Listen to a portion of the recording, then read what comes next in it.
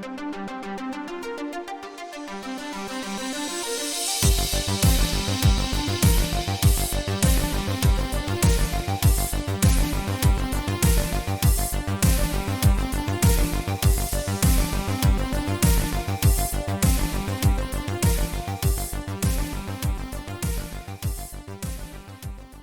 everyone, welcome to Oomfs, the long-awaited fanfic episode. I will be your host today. I'm Bea, and I'm joined by my lovely co-hosts. Hi, I'm Mimi.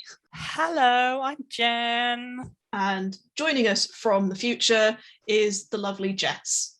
Hello, it's Jess coming to you from the future. I'm not in today's episode simply for the reason that I don't read fanfiction. There's no snobby reason behind it, I just don't read fiction, be it published or fan-made. So with that said, I will hand you back to my lovely and capable co-hosts. And this week's Oomfs tweet, which needs reading at the start of the episode, I think, is the following. I love when I finish reading a good AO3 fic and then I click on their profile and they have even more fics and they all slap. It's like I'm at a buffet. It really is. It really is. I did that this morning. Discovered fandoms like that, literally just because of AO3 authors. There's nothing better than like finding an AO3 fic on like a fandom that's new and like reading that fic and then going to their profile to find if they've written any more fics for that fandom, and then discovering that they've written fics for that fandom and they've written for the fandoms that you're in outside of that. It's just nothing's better. Incredible. What a way to spend a weekend. Yes. Yeah, so as a little sort of icebreaker, I thought I would ask, because this is something that I really like talking about, what's your favorite fanfic trope? And we'll go with, what's your favorite fanfic trope? Mimi. Right, mine is, we discussed this in our little pre-discussion before we started recording. Mine's is found family. And I think I added in little brackets if it's extra bonus points if this found family does crime together. I love a good found family crime fic. Yes. I love that. I love that. Be gay, so do much. crime. Be gay, do crime. This is such a lovely, like, queer little trope. I love it so much. It's it literally is just such a fun trope. I don't know, I just love it so much. It's why I love like heist movies and like heist TV shows as well. Just because of that. I don't know. I think you also get bonus points if one of the characters is like a little bit of an asshole. Yes, like yeah. There's this one show called Leverage, and I feel like I used to watch that way back. It was like in the early 2000s when the show came out, and I feel like that really cemented my love of the trope, because literally that's what the show was about. It was this bunch of criminals who got together and did crime, and then they became a family. I feel like that's what I also had a kind of, one of my early introductions to fanfic was Inception, and that's very heavy on the found family dynamics. Like, and then subsequent fic just took that trope and ran with it. Like they went with the like, oh, this bunch of criminals have done one crime thing together. That means they're all bound for life, and they're just going to keep doing crime things together and being a weird little dysfunctional family together and being gay and doing crime. Love it. I'm gonna shoehorn in. Our flag means death. Plug. If you like found family, watch that show. It's literally crap pirates get boarded by Blackbeard and his pirates, and then they merge and make a bizarre little family. I love that. It's really good. I love that. And it's gay. Yeah, it's actually very gay. It's actually gay. Like, it's not even just gay, it's queer. Previous found family had to kind of rely on a lot of subtext and queer baiting, and now it's like, oh, this show is actually gay. There's actually gay characters. Okay, one more probably very effed up found family trope that I like. NBC Hannibal. You know what? Yeah. Which, I concur with you. You know what? Murder husbands. Let's do it. Sometimes a family is two murder husbands their dead daughter and the murderous lesbian aunts. I love it. And I sometimes, one of my favorite was like reading Fix It Fix, because Abigail deserved better, to be honest. Yeah. Like, I get that it was a very symbolic thing. Sorry, spoilers for Hannibal season 1 and 2 if you've not seen it. Abigail deserved better. She deserved to live and be taken care of by her murder dads. Who honed her murdering skills. They Yeah. should have done that. Yeah. As a little murder family with all their dogs. Would have loved that. Jen, what are your favourite fanfic tropes? I had to think about this because I'm a bit of a glutton. I'll read anything if it's well written. That's fair. Heck, sometimes even if it's not well written. That's also fair. Mood. Rare pair stands unite with you. Yeah, anything and everything if it's in that one pairing that you want. I really like a good like small town AU. Bizarrely, for somebody who lives in Middle England, I quite enjoy that kind of small town Americana-y kind of like Gilmore Girls vibe, where you've got kind of a extended cast of bizarre characters that all interact with your central pairing. I quite like that in the kind of extended coffee shop AU sort of universe, where it's like, oh, it's not just the coffee shop, it's the bookshop, it's the like the little houseplant shop, the strange gay uncles living in a little flat. Yep, big fan of that trope. Yeah, anything and the like that. The one cat that always visits. Yes. Yep, anything like that, I'm all over it. I think I read one recently that was like a gay bar where you get like someone moved to this place and then they need it's basically found family but centered around one place. Yeah. Right, yeah. That. A bit like like sitcoms, right? Like, I hate to say this, almost like the sitcom of fanfic. Friends, Friends, and like How I Met Your Mothers. Like that was in a bar or in a coffee shop or whatever. Yeah. Friends, but if you made it diverse and actually good and funny. Yeah. There's a Teen Wolf fic where Styles becomes a drag queen. Oh my god, I think I read that. It's such a good fic. Okay, highly recommend. I will drop Rex on the Twitter. I'm not sure if I've read that one, which is bizarre because I've read a lot of Teen Wolf. It's iconic. It's some of it's a little bit dated, but it is iconic. Either he's already a drag queen, or Teen Wolf is one fandom that I actually continue to read the fanfic for, but I stopped watching the show. The fanfic in Teen Wolf has been consistently good. Genuinely stopped watching the show, kept reading the fanfic. It's that good. Like they introduce new characters in the fanfic, and I'm like, you know what? I'll just take your explanation. I have no idea who this character is, but I'll read it. Yeah, I'm a big Steric fan. Also, not gonna lie, little bit of Skittles. Don't mind if I do. I just want justice for Alison, honestly, and Lydia. My god, justice for Alison. Avenge her. Yeah, and Lydia just deserved better plot storyline. Lydia deserved better everything. Lydia, when I started watching that show, Lydia was like my favorite character, and they did her dirty. Anyway, before we go off on Teen Wolf again, I think listeners are going to be able to tell that we don't have Jess today because it's much more rambly than yeah. Less people keeping us on track. I love how when we were pre-recording this, you guys were just like, oh, we don't really know what to expect for this episode because it's a B episode, and I was like, yeah, it's going to be quite chaotic this week. It's going to be a definite element of chaos and rambling. All right, I'm going to go with my favourite fanfic trope. I also struggled to choose one because I read a lot of fic and it's hard to pick one, but I am a huge fan of enemies to lovers because that is just amazing. I also love variations on it. I really like the variations of like friends to enemies to lovers, enemies to friends to lovers, enemies to fake dating to lovers. Like there's so much versatility in that trope, particularly if you've got characters that, you know, they have a bit of a contentious dynamic in the original sort of show or book or whatever it is that they're coming from. That's a really fun one to play with, just being like, but what if they really hated each other and then they secretly fell in love? You know what's a good variation of that one is like childhood friends to misunderstanding to enemies to fake dating, to friends two lovers, like that whole journey. Yes, I'm also a very big fan of the subgenre of this, which is very common in Chinese dramas of secretly childhood friends and didn't realize they were childhood friends. Which I think it's kind of common in K-dramas as well, but in Chinese dramas, literally every single pairing. Why is that true? Every single pairing. Oh dear.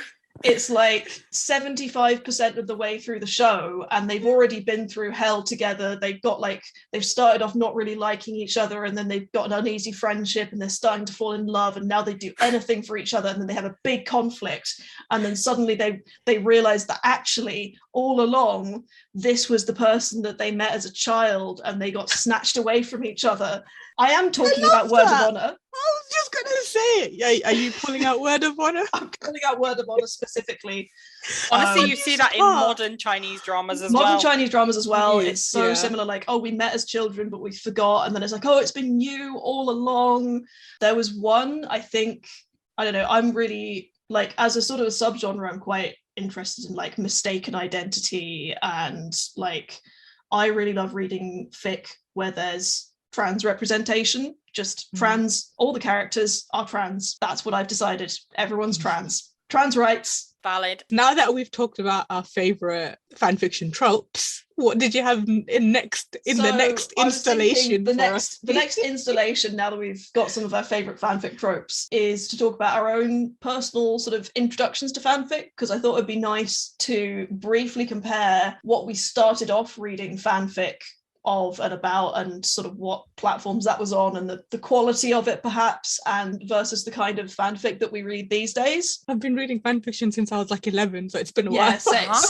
Same. Yeah, it was like one of the first things I did on the internet. Yeah, same. Like pretty much as soon as I got an unmonitored internet connection. Massive shout out to fanfiction.net. I couldn't search anything on there, but yeah. I think the first actual fanfic that I read and then went on to like read subsequent fanfic in that fandom was Death Note. I remember reading that when it was being released as a manga when I was like 11 or 12, and like I'd been in contact with like fan art communities and stuff on the wizard fandom that not be named, but I hadn't really read much fanfic because I didn't really understand what it was. And then I remember reading this Death Note fanfic that was very like gen or like teen rated. I think it was just very fluffy. I think it was about, Misa. It was like a story about Misa. And I just remember being like, oh, that was cool. And then I kept reading more stories. And then eventually I found the Light L fix quite quickly, which was the beginning of the end. People posted some messed up stuff on fanfic.net with no tags at all. I should not have been left on there unsupervised. Sure. I learned some very untrue facts about sex from those fics. Spit as lube, yeah? Oh my god. Cooking oil. Why was that such a trait though? Why was that a thing? If there's one thing that we take away from the development of fan fiction over the past 10 years, it's please at all times use proper lubricants. You can buy them in shops. They're not expensive. It's not worth the potential pain and internal damage. I've got a little note for fanfiction authors out there. Like, if you're like writing for a cis MLM pairing and they're gonna have like unprompted, unplanned sex in your fanfic, can you just at least have one of them carry like a small packet of lube with them, just in like their wallet? Just most gay men I've ever met have some, like, there you go, on their person. You can get it for free from the sexual health clinic. It's not hard, guys, come on. Anyway, just pun intended. Pun definitely intended. See, I don't think I started out reading slash is the thing. Oh, that's an outdated term anyway. Slash, if you are not old, is like gay fic. Men loving men. Femme slash, funnily enough, is girls. Yeah. Which I didn't read for a number of years because I didn't. Did I? I wasn't, and now I'm like, how I've been missing out on some of the best fic because but it's hard to internalized find. homophobia. It is very hard to find because also female characters are really hard to find in most media that we consume. Yeah, I don't think I started reading Slash really. I started out reading probably fan fiction by something like Roswell High, if anyone remembers that program. Like maybe like a little bit of Harry Potter fan fiction before that. I read like Hermione and Ron. I was very much a Harry Draco. Like I think my introduction to I've been reading fan fiction since I was 11, and my intro was probably a Naruto fan fiction because I'm a weeb. I mean, mine was also weeb. Mine was Death Note, pal. So we can be weebs together. That's all right. But like with Naruto, so like if anybody who's ever read anything for the Naruto fan fiction, you know that the Naruto fandom's main pairing is Naruto Sasuke. So I went straight headfirst into the Slash fic. Like there was I didn't even realize heterosexual fan fiction was a thing until afterwards. I only ever thought people just wrote gay stuff online. I do remember seeing a couple of Hermione Draco fics on being like, oh, so there is. Probably. And I remember it being really unusual to see a het fic being like, oh, so the heterosexuals do exist. Interesting. We must study this. Yeah, so I think I learned a lot of stuff just being on fanfiction communities from a young age.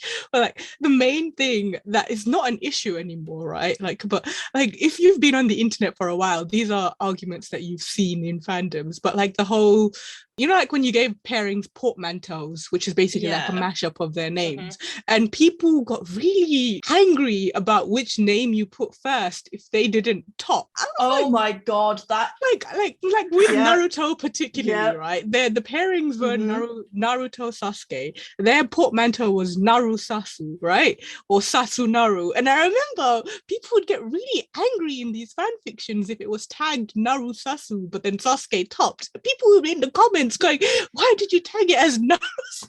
I remember this vividly from the Spurk fandom. Yeah, obviously Kirk Spock, tale as old as time. There's a very clear division between people who believe which one of them should be topping the whole time with it.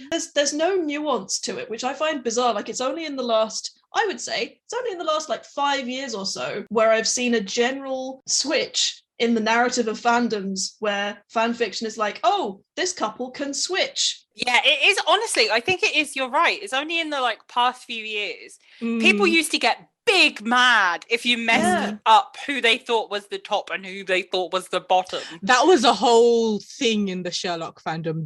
Oh my god. the fandom, we do not speak its name.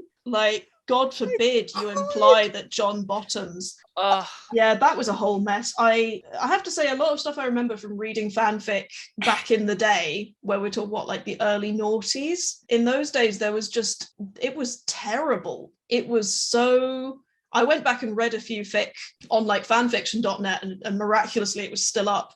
There were these constant tropes of if it was an MLM pairing, one of the men would always be incredibly closeted be like, oh, I'm not gay. Oh, it's only you that I suddenly am I'm not gay. Wildly, it's just you. I'm wildly sexually attracted to you. Suddenly, it's nothing to do with me being gay. I've shagged loads of girls, and I'm just not interested in men that way. And it would go on like this, and that would always be the top, obviously, because the bottom would always be the one that was already gay. Just what a mess. I remember so many fic having this kind of gay angst panic subplot where that was most of the plot of the fic, straying into the RPF territory, which we'll talk about later. But I remember reading fic for various K-pop groups that I was a fan of, and literally being massively put off reading RPF at all because the fic was so bad, because it was so oh, it is so forbidden for us to be going anywhere near each other, and it was just so badly written. I think that this is where I come in as the kind of sole RPF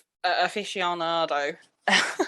Please teach us your ways. I think it is because you two, your fandoms, unlike me, have been very fiction centric, anime and stuff like that. Whereas for me, the biggest fandoms that I have been involved in have all been for musicians. Oh yeah, Bandom. I kind of started out in Bandom, and then from Bandom I kind of moved into One Direction, and then One Direction I kind of moved into K-pop BTS. taste. I like to read fan fiction. So if I didn't read RPF, then I guess I would be just stuck with Marvel fic, which I do read a lot of.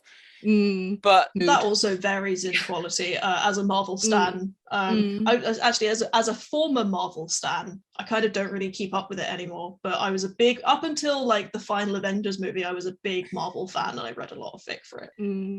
I can't quit it.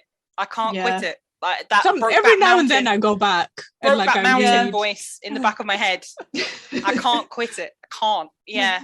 Every now and then I'll get a hankering, and I'll be like, oh, I want to read a good little Stony fic. I'll go back and a Stony fic is good. Or I'm still Stucky is where it's at. I've got to say, Stucky is where it's at. I'm sorry. I don't know. I think it's just because I really loved the comic books as well. And I was talking about this with Jen before as well, and I was just like, the comic books is where I draw most of my like knowledge from. So Stony in the comic books are so much more different from Stony in the movies, and so which is why I'll always be Stony for life. Sorry, Stucky. No, that's fair. To be fair, I absolutely loathe what they did with Steve Rogers' character in the Avengers, specifically in the Avengers movies, because in his standalone movies, his character development is great. His character is much more true to the comics in a lot of ways, but in the Avengers it's just not great. His dynamic with Tony Stark is so different in the movies. I can't fully get behind them as pairing. This is the thing I would like to teach to everyone, you two included, and all of our listeners: compartmentalization. This is how I read RPF as well. It isn't that thing. So for me, the comics are separate to the movie. It's all separate. So that way, it doesn't blend. That way, it is not the same. It's how I read RPF as well. The characters in the things that I'm reading, they're not the people that I'm reading about. You're basically just using those celebrities as basically OCs. Like, you're using their face and their name and maybe a few likenesses is not a word, but don't shoot me. Kind of their persona in some ways. Yeah, parts of their persona. You're using kind of their parts stage of them, persona. Yeah. And their face and their name in order for people to have a mental picture of what the character in your story is. That's how I read RPF. Even canon verse stuff, like stuff that's set in real life, that's how I compartmentalize it, which is also why I'm not a weird toxic shipper. Yeah, that's a big I think point. that was like my whole issue with RPF as well, is more so that with fictional work you've got lore, or you've got the basis of what you're basing things off of, whereas with RPF it's this person's interpretation of what they think. Like, you know, you pick and choose, I guess, characteristics in the same way that you do for fictional shows. But I don't know, it's just harder for me. I think that's probably why I don't really engage much with RPF. Which is completely valid. Like, that's fine. Don't judge. And I don't think, like I said, if you read RPF, I don't really care. I think that good for you. If you enjoy it, great. My problem is, and Jen, same problem that you have as well, is when people who don't know where to draw the line or where to compartmentalize, when they get involved, then it's a whole issue, isn't it? Yeah.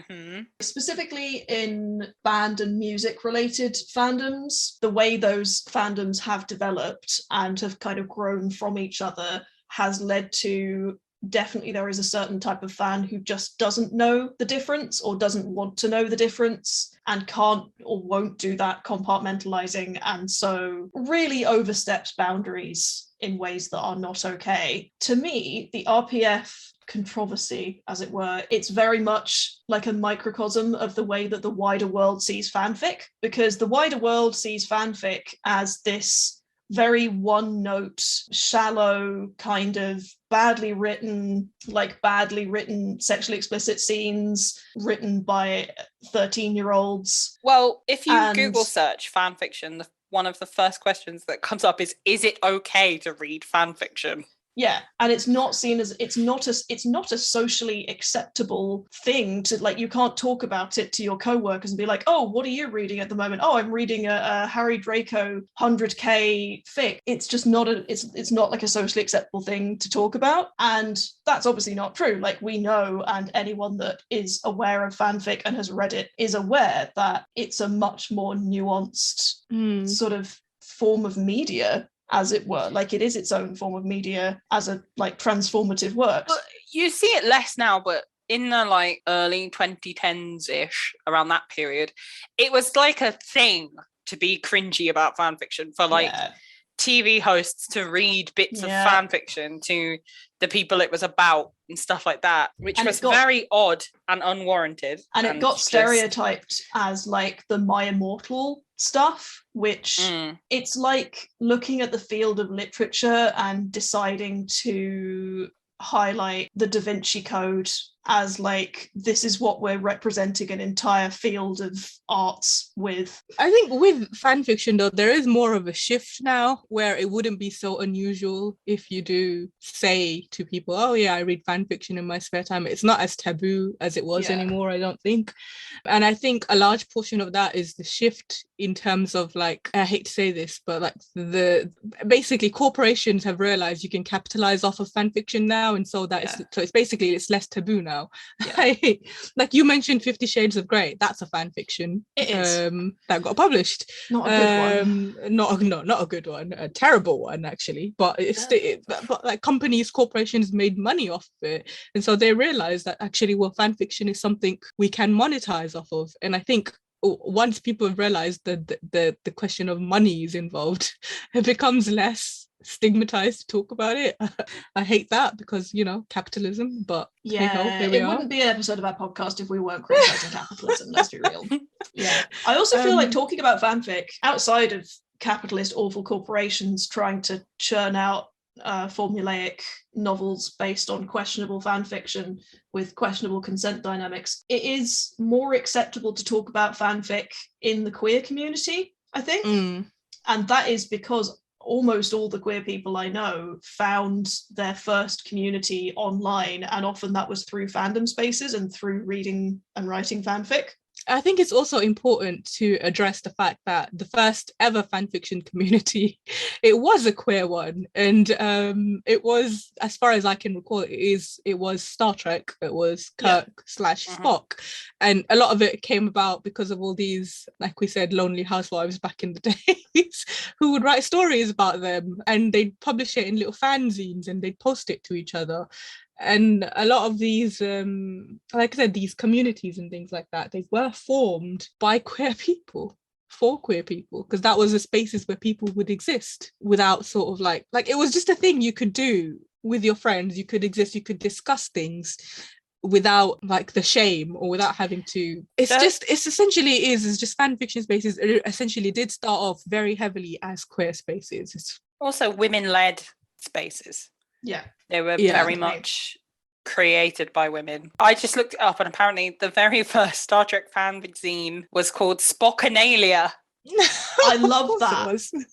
Which is beautiful. Where can I get apparently one? In 1968, Gene Roddenberry called it required reading. Oh, I love that. Amazing. Also, for like hetero women as well, it is fan fiction has always been a safe space to explore different elements of their own sexuality, like especially in the 60s and the 70s and stuff, when they maybe weren't allowed to as much as you can these days.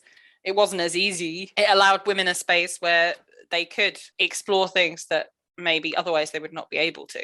And I think that has still remained, like certainly for lots of queer people, it's a space where they can explore ideas and feelings that maybe they're having that they don't necessarily feel able to act on, but they still, you know, want to explore those ideas, those feelings, and they can do that in a fictional space. It's good definitely. For that. Yeah, we just went on a bit of a tangent about One Direction fic, which is not going to end up in the final episode, I don't think. Not unless Jen wants to reveal you herself. can DM me, babes, if you want to talk One Direction. If anyone fanfic wants to talk about a One Direction fic series that is over 1 million words long, DM Jen for all the details. And I can give you the link. It's got MPreg, drama, everything. Do you know what? I didn't touch on the MPreg subject when we were talking tropes, because I was like, do you know what? We're going to try and ease people in. Maybe if they don't read fanfic, we don't want to scare them off.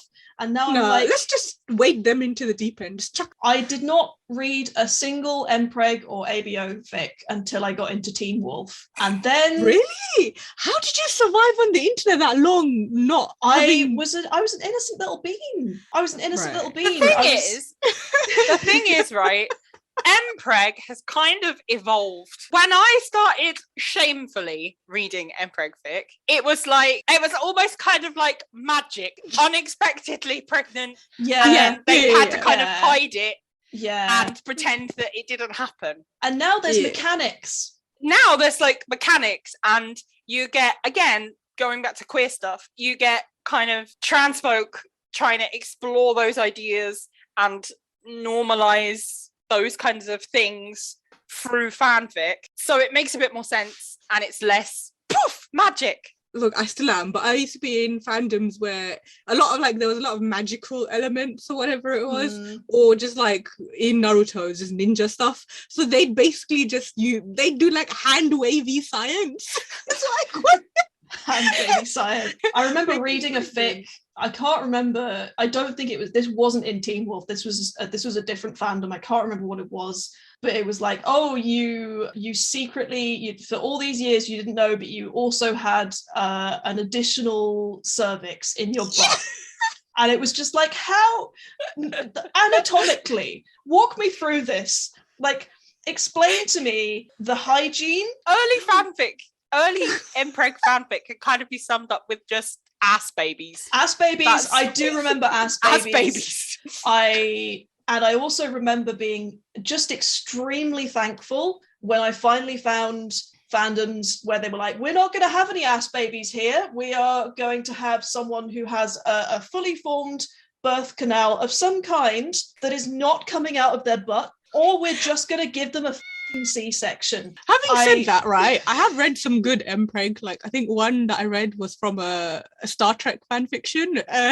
This was back when they had the KS archive before it was incorporated into AO. But I do remember it was like a pretty good one, like, because they went to this random planet and then Kirk touched this thing that he shouldn't have, as he does, and then some other hand wavy stuff happened, and then he got pregnant with Spock's baby. But it was like, it wasn't bad. I feel like they gave him a C-section. There is though, in Star Trek, there is a legitimate episode in that where Trip gets pregnant from some alien, but it's like growing on his arm. Yeah, because I remember being really weirded out.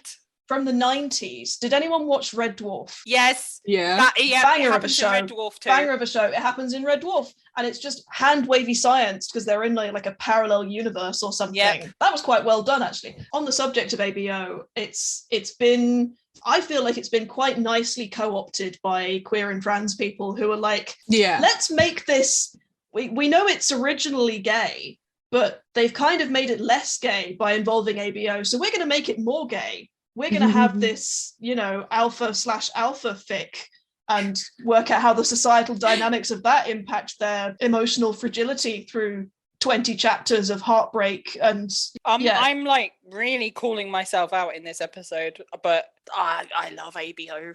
I read a lot of ABO. I'm sorry. No, that's fair. If you want good ABO Rex, come to me. It's a trope that I'm quite picky about. Like I was saying earlier, I'm sort of in between you guys in my RPF feelings. Like previously I did not read RPF at all because I was scarred by some of the stuff I read online many years ago, and it just put me off. All my friends that were in fandom, I just was a bit like, I'm not sure I want to read fic about real people. It makes me feel a bit uncomfy. And then I got into BTS. Now I read RPF because I'm trash. There's a lot of really interesting character dynamics. And also I feel like the RPF quality has increased, and the quality has increased significantly since I was reading things when I was 11. Like, my God, I remember the revolution on Tumblr between, I'm going to say like 2016 to 2019, where suddenly fanfic was full of consent. It was quite clunky at first. It was quite like, oh, are you sure? Are you sure you want to do this? Are you sure you want to touch dicks? Like, and it's gradually got into a much more like natural sounding discussions of consent. I think the listeners should know, like the three of us, we all have varying sort of involvement with RPF, where like Jen reads RPF almost exclusively. And then there's B, who sits in the middle, is a bit more recent to RPF. I don't read RPF at all, but I think the discussions to be had around RPF are very interesting because like I wasn't very into Bandom or anything, but even I knew that with MCR, like My Chemical Romance, what the heck was Gerard Way doing? Like, I absolutely understand why some people did just write fan fiction about him, his freaking brother on stage, because like, who licks their brother on stage and then thinks that's normal? Like, what? I mean, I can't say I ever read Waysest, which was I'd heard of it, but that was what put me off. There was I mean, we say that, but then there was a lot of incest in like fictional work as well, like Supernatural was just riddled Supernatural, with Avengers, incest. Avengers. There was so much discourse about the Thor Loki shipping, which Loki deserves better, in my opinion. Oh, wow. In terms of the way that Loki has been characterized in the MCU and in fanfic, because just we had a chance at having some like real bisexual gender fluid representation at a time when that was not necessarily a big thing. And it just in fandom, obviously the MCU hasn't addressed it until like this year, and it was a passing reference in the Loki TV show. In the fandom, it was just all consumed by the Thorky discourse, which was ridiculous because there was some perfectly good Thorky fic out there, to be honest. I think Loki fans just got on my nerves, so I avoided anything to do with him. I think I once described to Jen Loki fans as the theatre fandom in like the Marvel. Yep. Yes. But yeah, aside from like, I don't want this episode to be too focused on talking about how bad fanfic is, because like we've talked about this before, like there's fanfic gets a lot of both outside of fandoms from people that know nothing about fandom at all, and also from within fandoms where some people think that even reading or consuming fic at all about anything is somehow wrong or cringy or bad, and it's just not. It has such value, not just for queer people, but also as a beautifully written art form. Like the whole thing of fanfic is essentially you don't have to do as much of the world building and the character building and character development that people would do in a book or a show or a movie. You're working with existing characters that are familiar to people already, and then you're bringing them into a different world or the same world with reimagined stuff happening. And I just think that's wonderful. I think it's great, and I think we should be celebrating that far more than we should be being like, oh, it's so bad, oh, this is awful. Like, no, I absolutely agree. And I think, and we've had discussion about fan fiction between the three of us, like at length, even just off the podcast and stuff. But I think the one thing we all always said was that there are fan fictions that have sat with us or that have been with us longer than actual like books or movies or TV shows. Like there are certain fan fictions that we've read that have literally like you still think about to this day. And I think a lot of people just don't get that, like in terms of like a fandom space, but even more so just as people like us, where we interacted with fan fiction from a young age.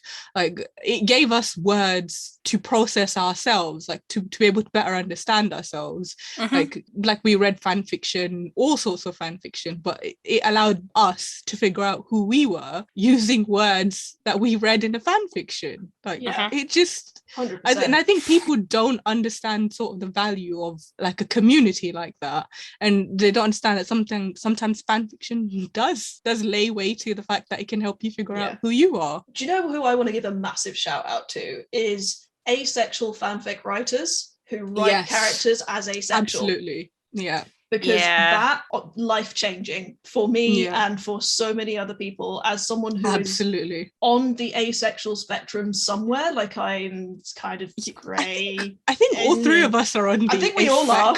I think all three of us I are. think so. Just a spec. Maybe we need to rename the podcast. Rename the podcast Asexuals for Fandom. But yeah, it made me realize things about my sexuality and my relationship with like, oh, you don't necessarily have to be having this kind of binary heteronormative kind of approach to sexuality, because what you learn in school about sexuality is just crap. It's just like, oh, boy, girl, fancy each other immediately. huge raging hormones, like want to have sex immediately, and like that's how it all goes. You just can't control yourselves, and it's just. And I was like, I don't think I feel like that actually about anyone. I don't think I'm ever going to feel like that. And then reading fanfic where people just completely normalize that, where they would have characters be asexual on such a broad spectrum, like asexual characters that were having sex with people, asexual characters that were completely not interested in sex at all and never engaged with it, and like poly dynamics as well, which to me has been normalized again by fanfic, and which is so taboo and never really spoken about in any form of education or in a lot of society outside of like, you know, gossip. Yeah, or like weird American religious cults. Yeah, exactly. Yeah. I've read so much fanfic which just the authors probably don't know what impact they've had on people's lives, where they're perhaps, you know, when I was in my teens, I was reading stuff that was written by people who are probably not much older than me, people who are maybe in their 20s or 30s, but who had that lived experience of their queer identities, their gender, their sexuality. Them just writing about it as though it's completely normal, which it is, made me go, oh, actually, okay, I'm noting that down for later for my, you know, my sexuality research. Yep. And also just from like the kind of flip perspective to that also, I think, is that often as asexual people, a lot of people view asexuality as, oh, okay, this person is completely disgusted by sex and is totally sex averse and finds it disgusting. And most of the time that isn't the case. So fan fiction, I think, also allows you a space where you can explore that kind of area without having to do it physically. I will hold my hands up and admit that I do sometimes still read very smutty fan fiction. Don't we all? Yeah. And it's because you feel safe in doing that. When it's well written, you can kind of get a feeling for it, and it is nice to read. Like, I'm asexual, I'm not stupid. And I think people don't think about it like that enough. And again, going back to, I know that we've talked way too much about impreg, but you also see that a lot from, you know, trans and non-binary people who like to read and or write impreg because it allows them to explore something that maybe in real life for them would be deeply uncomfortable. They don't want to go through that, like it could possibly be traumatic for them. So fan fiction allows them that space to explore that safely. You know, I think it is so important for those reasons. Yeah. I have to say, in terms of gender, like as a trans person, and particularly in growing up under Section 28, growing up in an environment that has been averagely hostile to trans people and has become increasingly so in recent years, seeing representation of trans authors writing trans characters is one of the most important things for my gender identity. Like, I had no concept of what my gender was until I went online and I found queer communities, and that was fandom communities. The queer community and the fandom community, the same place. The Venn diagram is a circle. It's very gratifying to me that there are now trans authors writing obviously trans characters. Like, you know, the fic is tagged as such, and a lot of the time it's this kind of incidental background thing where it's like, oh, he happens to be trans and that's just part of the story, and it's not necessarily a big deal. It's not trauma porn, which is what so much of actual media about trans people has been in the past several decades. It is usually just like, oh, you're trans, that means that you are going to have a horrible time in life. And reading fanfic where trans authors write trans characters who are just vibing, who are just living their best life, who maybe they've been through some difficult stuff in the past, or maybe they are going through some difficult things, but it's much more grounded, much more down to earth, much more like, oh, trans joy, you deserve love, you deserve friends. That's made me really happy to see that happening now in the fanfic that I read now, where there's plenty of trans representation and representation of non-binary people and gender fluid people is just like trans rights, yay. I was just gonna say, like, to that be, is that I think what fan fiction provides us often is writers and stories about people who could be us in a certain scenario. Yeah. Like obviously I'm Asian, right? So I don't get to see myself a lot in media, but I do, like, when I read fan fiction about particular books and things, and then I see the author says, well, I headcanon this specific character to be Asian, or, you know, a person of color or black or whatever it is. That's really nice, because then when I read fan fiction, I can somehow like see myself in these characters. And I think that's what fan fiction does, and that's why a lot of people lean towards it, is that it gives you a space to exist through these stories that you wouldn't have in everyday media. And I think, like you said, like when it's trans authors writing about trans people, or when it's people of color writing about people of color, you can tell when you read the story, like when you read the fan fiction, because there's an element of truth coming towards it, that's coming forward. And I think that's where the whole Tumblr discourse is happening right now as well, is you can tell when a person is being genuine in their fan fiction writing, whereas where they're using it as a method of discovering themselves, and when it's somebody just fetishizing gay people or queer people or people of color. But I think it's a difficult sort of conversation to have, because it is a place where a lot of marginalized people go to be able to identify themselves with in works of media, which you don't get in mainstream media. And I think that's the side of fan fiction people don't really discuss or see. Having said that, though, like as a person of color as well, sometimes I do read things that are written by white people that I wish didn't exist. I'm sorry. Just like, no. That's very fair. That's fair. That's extremely completely fair. fair. Like 100%. I think also, like, as queer people, often, as you say, we're not used in the same kind of stories as cis and heteronormative people are. Mm-hmm. It's very difficult to find, like, just off the top of my head, like a good, cozy, cheesy rom-com with gay characters. Yeah.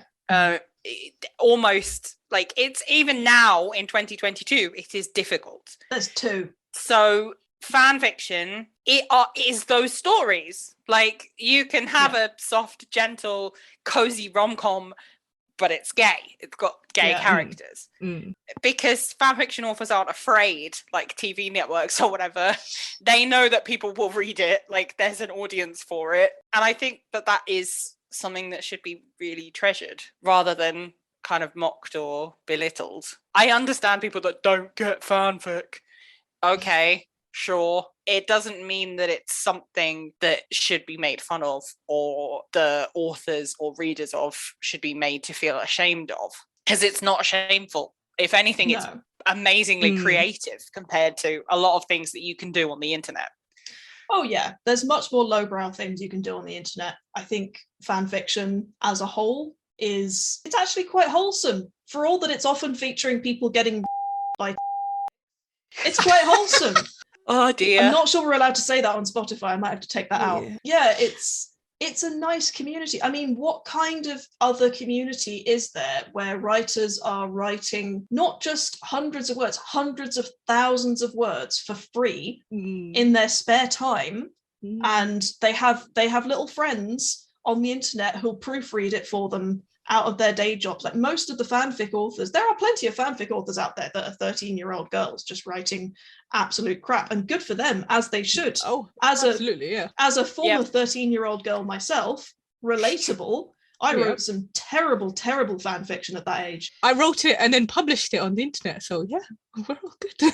Mine is written Mine is written in a notebook that I am terrified that my parents are going to find when they clear out my old bedroom. But it's just such a nice community. Like, it has its petty issues, but the fact that there's hundreds of people then read the fanfic and they leave little comments going, I thought that was great. Oh, that was really nice. Oh, this bit made me cry. Oh, this is amazing. Please write a sequel. It's just a nice community to be a part of. It's almost like a fandom within a fandom. You're a fan of the people that are writing these fan works. Fandomception. I mean, and there's also, like, certainly within fandom, there are fics that I still go back and read now, like, that I've read hundreds of times, that I guess they're like comfort fics or whatever. They're as good as any book I've read. Like, in fact, I'm more likely to reread a fan fiction than I am a book. Oh, 100%. Yeah, for sure. Fan fiction is so comforting in so many different ways. Like there's this one Stucky fic, which is it's barely even a Stucky fic because it's written in the form of diaries written by Bucky Barnes when he was deployed in World War II. It's like it's so painstakingly, meticulously researched. Like you can tell a lot of Stucky authors have really done their history research. You can tell that they've researched, queer culture in Brooklyn in the 30s and 40s. They've researched, Jewish culture, and I also really love the fact the whole fandom has accepted that Bucky Barnes is Jewish. Yes. And I love that. It's just a lovely fic. It's about like 100,000 words because it goes through like 5 years of diaries, and it's like only vaguely implied that they're together, but it's just so sweet and so human and interesting, and it's not the kind of thing that would ever get made into a movie or a TV show or a blockbuster because it's just very sort of slice of life. Like this is the thing. Sometimes fan fiction is literally just about having nice things happen to a canonically sad or screwed over character. Like this fic was basically just Bucky Barnes deserves nice things. It was literally just a fic where he did things like participate in like Passover and stuff like that. It was just literally about doing nice things for Bucky. I think I read literally I read it after I watched Winter Soldier because I was sad about Bucky. And I love that so much fanfic contains within it people's obvious lived experience with things. Like there's one where tiny subtrope of Bucky Barnes and Sam as that I ship them, but also Sam as a massage therapist. And like there's one particular fic of him and Bucky, or maybe 2 or 3, I can't remember, but like working through trauma, not just the big blockbuster movie thing of like guns, helicopters, oh, you have a tragic dark past. Is like when all that's over, the fanfic then picks up where that left off and like wraps them in a blanket and is like, oh yes, you need a lot of therapy and a cup of tea and a kitten. And it gives the person the cup of tea and the therapy and the blanket and the kitten, and you just get to read about that. And I think it's nice because it's in some ways very relatable. If you're going through something in life that is very difficult, like I found myself particularly during the Panny D reading a lot more fanfic than I used to, and really kind of, I don't know, just finding a lot of solace in it, reading through things where people are just going, yeah, things are difficult right now for this character, but I'm going to make it all better. I'm going to fix it.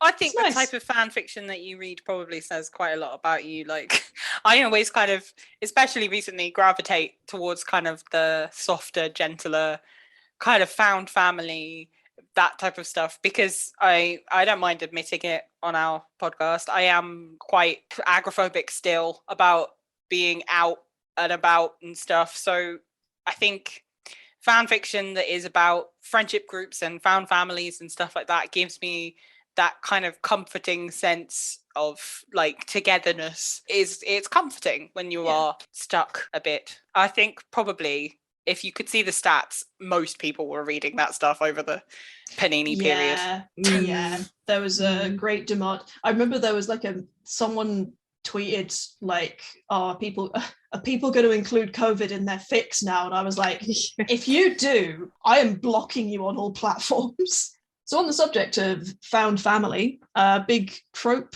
in fanfic, particularly in RPF fanfic, is the archetypal house party, which is a great way to get your characters together and have them make out because they've had a drink or they're just feeling in the party mood. All those college, university AU, all those fanfics. University AUs that I honestly, I feel like it's one of my, having been to university, college AU is now my least favorite AU. Like I don't want to relive that experience. It was terrible. I only read the like really American ones because that's so far removed from my experience. Yeah, I'm not interested in I think I'll only read it. Anymore. I'll only read it if the characters are like teachers there. Like that's just their job. I'm now like, can we read like a faculty of college AU where everyone's like I think I've read one like that. I don't remember which fandom it was. I think it was Teen Wolf. Yes, it was a Teen Wolf one I read for professors. That. I think there was one I think I have read that one. I think it was Steric, and Derek thought Styles was his student, but he wasn't. Yeah, okay, that was a great fic. Anyway, our sponsor for this week is Jackson Wang as the house party host of every single BTS fic ever. The thing is, if you read a lot of like K-pop fic in general, he's not even just the host. It's not even just BTS anymore. It's every single K-pop group. He just appears. Even though he is a third-generation idol, has almost nothing to do with the fourth-gen babies, he still pops up. The thing is, eventually, the Jen is going to get so far on that he's just going to be this, like, creepy uncle figure. Like, he's the house party host of every single BTS fic. I was going to say, just as a person who does not even read RPF fic, even I know about the Jackson Wang throws a house party. I feel like even if you don't...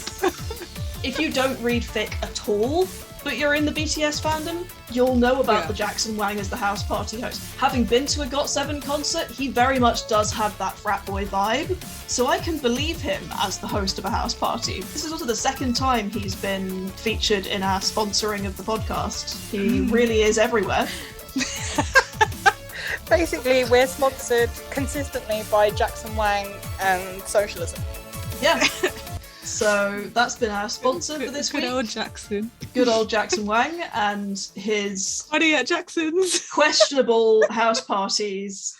After our sponsor, I think it's time to just reflect on some of the things that we've experienced during this episode. It's been, as promised, it's been a chaotic episode with me as host. And without Jess to rein us in. Jess is the captain of this ship. Yes. She is the one that reins in our chaos. If we were a K-pop group, she would be our leader. She would. Yeah, Jess would be our leader in a K-pop group. Yes, she absolutely would. Would Jess be the house party host in a fic about us? No, that would be you. It would be me. Yeah, it would be you. Yeah. Oh, thanks, guys. I think this is great. Are we giving ourselves tropes for fanfiction? This is great. Okay, as a final wrap up, what would be so my trope in a fanfic would be that I'm the house party host. I can believe that. 100%. What's yours, Mimi? I think Mimi is not the host, but she is that party butterfly that is kind of fluttering around talking to everybody. Yeah, keeping conversation going. I feel like you'd be the extremely supportive best friend who's like involved in if there's like the found family neighborhood, you would always be popping up at like all the coffee shops and bookshops, just like chatting to people. Yeah, definitely. That's nice. I'd be like the side character, the one who's always there to lend support to the main person. I like that. Yeah. And I think you'd also have a romance subplot yourself if you wanted one. Nice. Jen, I feel like Jen would be, like if we're going by the found family trope, showing up in the cafeterias and everything, I feel like Jen would be the one character that the main character thinks is grumpy and angry, but it's actually just a soft bean. If you need somebody and you need somebody's help and you call them, it's this person, it's Jen. I feel like I'm fanfiction Jungi. I also think that you would be that person who gives the sort of the wise advice. You're making a face which the podcast listeners won't be able to hear. Genuinely, I think you would be the person who gives the like small sage bit of advice. Maybe they are being so much nicer to me than I was in my head, because I was thinking I'm that idiot at every party that's drunk in the corner talking philosophy. You can be both. Yeah. What about Jess? What trope would Jess be in a fanfiction? I think Jess has organised the party. It's Jess's party, but she didn't really want to have the party. Someone else wanted to have the party. I feel like Jess has main character energy. Not gonna lie. Yeah. Jess Yeah. has main character energy. Like She does have main character energy. Yeah. Like she's new to the university or town or whatever Yeah. it is. She's trying to find a place to fit in. And then she runs into me and I turn into her side character bestie. Yeah. Definitely. Take her I to am like a writing- cafe and introduce her to B and Jen, and then we become like a little I am drafting the AO3 document as we speak. Amazing. As we speak. So we have had quite a varied episode, as I expected, because I bring the chaos as the house party organizer. We've had a nice chat through our favourite fanfic tropes, our own personal intros to fanfic, and how it has, I suppose, been a source of solace, comfort, personal development, and provides much needed representation in a world where the media doesn't really give that to us just yet. It is so much more than just bunch of horny teenage girls writing terrible porn, but also I will uphold and defend the rights of horny teenage girls to write terrible porn until I die, because that is Absolutely. also massively valid form of self-expression. So thank you for listening to the episode. You can find this episode and find other episodes by us in this podcast on YouTube, Spotify, SoundCloud, Google Podcast. And if you could leave us a positive review or a thumbs up or whatever your choice of listening app allows you to do, that would greatly help us out. You can also find us on our Twitter at oomfs if you want to let us know what you thought about this episode.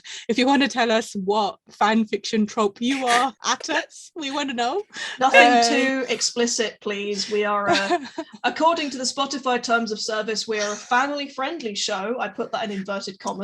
Well, I mean, that's on Spotify. They can at us whatever they want on Twitter, don't they? That's true. Go wild. Tell us that you're sex pollen if you want. That's fine. If you have some recommendations to make, hit us up on our Twitter. Let us know. If you want some good recommendations, hit us up on our Twitter. Tell us which fandoms you're a part of, and then we'll see who has recommendations for what. And I'm gonna now hand you over to Jen. Next week's episode is In Defense Of, where we are each going to come to the episode with something that is maybe cringe or a little bit awkward or widely regarded as total poo. And we're going to defend that thing. So that is all from us. Thank you very much for listening. And like the other said, hit us up with Fanfic Rex for Fanfic Rex just to come and chat on our socials. And it's been lovely to speak to all of my fellow hosts. Goodbye for now.